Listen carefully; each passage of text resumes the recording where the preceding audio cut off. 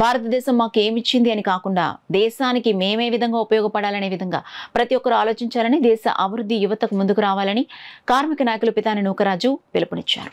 కాకినాడ తిలక్ వీధిలో గల Kakinada port Steve doors కార్మిక సంఘ ఆధ్వర్యంలో ఏర్పాటు చేసిన స్వాతంత్ర్య దినోత్సవ కార్యక్రమంలో ఆయన ముఖ్య అతిథిగా పాల్గొని జాతీయ పతాకాన్ని ఆవిష్కరించి పిల్లలకు స్వీట్లు పంపిణీ చేశారు. ఈ సందర్భంగా ఆయన మీడియాతో మాట్లాడారు. కార్యక్రమంలో పోర్ట్ స్టీవ్ డోర్ కార్మిక నాయకులు చిన్ని భావనారాయణ, సురళ రాఘవేంద్రరావు, బొందు శివాజీ, బత్తిన సాంబమూర్తి, గుబ్బల శివశంకర్, మిర్జా అక్బర్ పలువురు కార్మికులు పాల్గొన్నారు.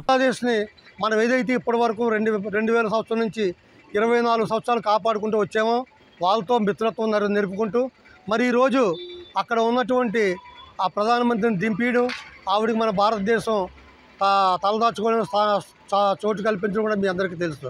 మరి ఇటువంటి పరిస్థితుల్లో అక్కడ చైనా, పాకిస్తాన్ చేసే కుట్రలు ఎంత తీవ్రంగా ఉన్నాయో కూడా ప్రతి భారతీయుడు కూడా గమనించవలసిన అవసరం ఉంది.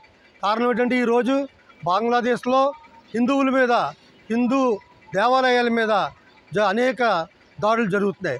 దానికి కారణం ఏంటంటే ఆ బంగ్లాదేశ్ని అస్థిరపరిచి వాళ్ళు ఈ చైనా ఏదైతే ఉందో డ్రాగన్ కంట్రీ, అది వాళ్ళ చెప్పు చేతల్లో ఉంచుకొని బంగ్లాదేశ్ కూడా వాళ్ళు ఆక్రమించుకోవడమో లేదా వాళ్ళ చెప్పు చేతల్లో పెట్టుకోవడమో, అంటే మనకి మూడో వైపు బంగ్లాదేశ్ వైపు కూడా మనం యుద్ధానికి సన్నద్ధంగా ఉండవలసిన పరిస్థితి ఏర్పడింది. అందుకేంటంటే ఇవాళ ప్రతి బాధ్యత గల భారతీయులందరూ కూడా మనం ఈ 78 స్వాతంత్ర దినోత్సవం జరుపుకోవడంతో పాటు మరో అవసరం అయితే మరో స్వాతంత్ర పోరాటానికి ఏ రకమైన త్యాగాలు చేయాలో ఆ త్యాగాలు సిద్ధపడి ఉండాలి.